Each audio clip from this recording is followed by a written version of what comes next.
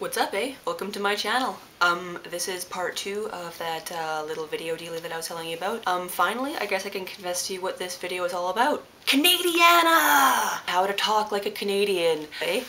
Since the Olympics are over, and it's been over for a little while, I've noticed that a lot of my fellow Canadians have lost that raging Canadian national spirit that they were parading around and displaying as peacockishly as anyone possibly could. And I'm disappointed to say that we seem to have lost our national spirit since then. I mean, come on, we came first in the medal count. We should still be proud. We should still be cheering. We are all still Canadians. Here is my video, which is basically going to teach everybody how to talk like a true Canadian.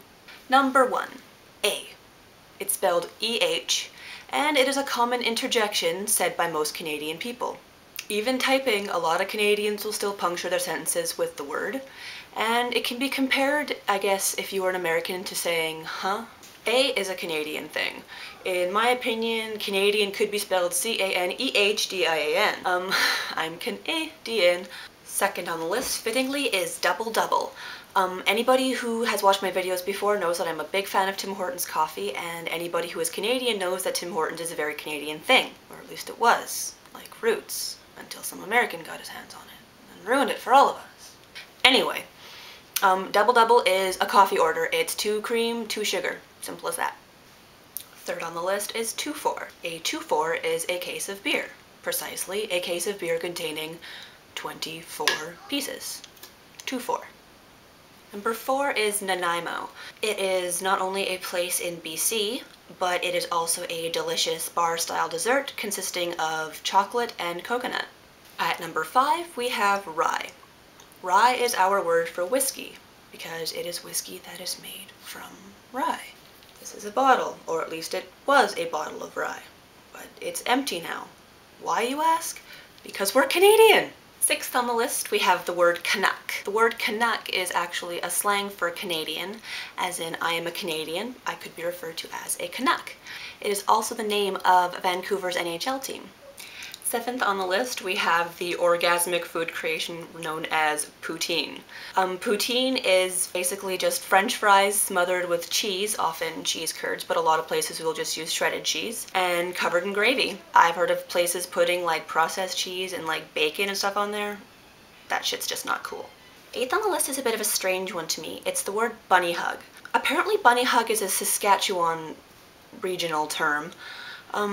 But a lot of the people that I've heard that come from Saskatchewan haven't heard it either, so I'm not entirely sure where it comes from. I've heard some people say it, and it's apparently exclusively a Canadian thing, so I'm including it in the list, but a bunny hug is basically just a hoodie sweater. At number 9, we have Sasquatch, which is our word for basically Yeti, the abominable snowman, Bigfoot, that kind of thing. So yeah, we call it Sasquatch. At 10 on the list, we have, oh Jesus Christ, this thing is uncomfortable.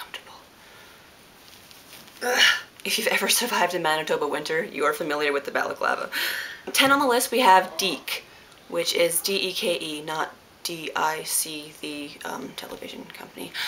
If you don't know what Deke means, watch more hockey. Shame on you. At number 11, we have the word eavesdrops, which is basically just our word for like gutters, like on your house that you have to clean out once a year because they get all full of leaves and shit. Number 12, we have the perennial favorite, the fish fly. A fish fly is the same thing as a mayfly, and we call them fish flies because, well, have you ever smelled those things when they die and pile up in the water? Lucky number 13, we have one of my favorites, craft dinner. I don't care what anyone says, this was a Canadian thing. Ours first. 14 is hydro. I'm sure a bunch of people have heard Canadians say something in reference to hydro. We are talking about hydroelectricity. It's where 90% of us, and actually a lot of Americans, get their power from, as especially Manitoba hydro funnels a lot down to the States. At 15, we have 2 items. The loonie and the toonie are both holding the place for 15. There are money, there are coins. Loonie is $1 and a toonie is $2. The loonie's called a loonie because it has a loon on it, and the toonie's called a toonie because it's 2 loonies.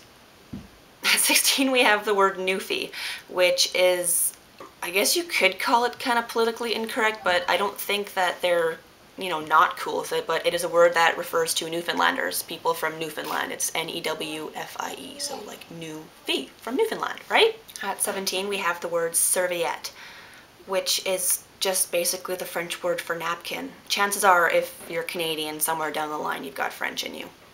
Number 18 is the word biffy, which I've noticed is actually a more country-specific word. The word biffy itself, which is a word I actually grew up with because I'm from the country, is a word referring to like an outhouse or like a sort of a shifty looking bathroom.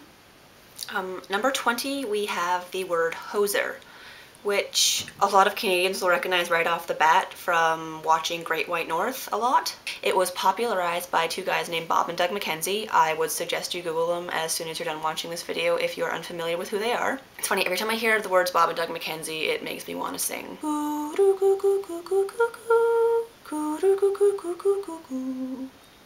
Canadians will know what that means for sure.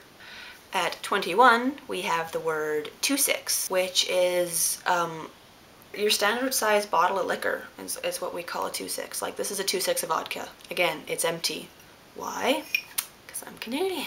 We actually have a popular joke around here. How can you find the American at the bar during spring break? He's the one passed out at the bar with a full beer in his hand. If you don't get it, it means that Canadians are really good drinkers. Empty liquor bottle.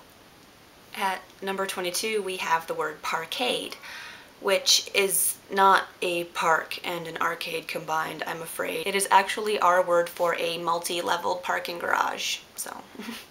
At 24, we have ski-doos. Everyone knows what a ski-doo is. It's a snowmobile, but just about every Canadian, especially country kids, basically we all just call snowmobiles ski-doos. At 24, we have the word Mickey, and I'm actually not talking about a certain Disney mascot. I'm referring to very small bottles of liquor. Not the little teeny tiny ones that come attached to other bottles, those are called teasers. The little teeny ones, we call these Mickeys. What do you guys call them? But yeah, again, empty. And I'm sure you guys have all been wondering what is going on with my headgear this entire video, and that can be answered with number 25, the last on the list, the word toque. It is the ubiquitous Canadian word. Every single Canadian you will ever know in your life will at some point say the word toque. It's a winter hat. I think I maybe wore like 8 or 9 different toques in this video. Well, that does it for me, guys. I hope you enjoyed this little brief explanation of linguistic Can-eh-dian. Stay tuned for my next video. I'm not sure when it's going to be or what it's going to be. I will see you guys next time. Take care. Peace.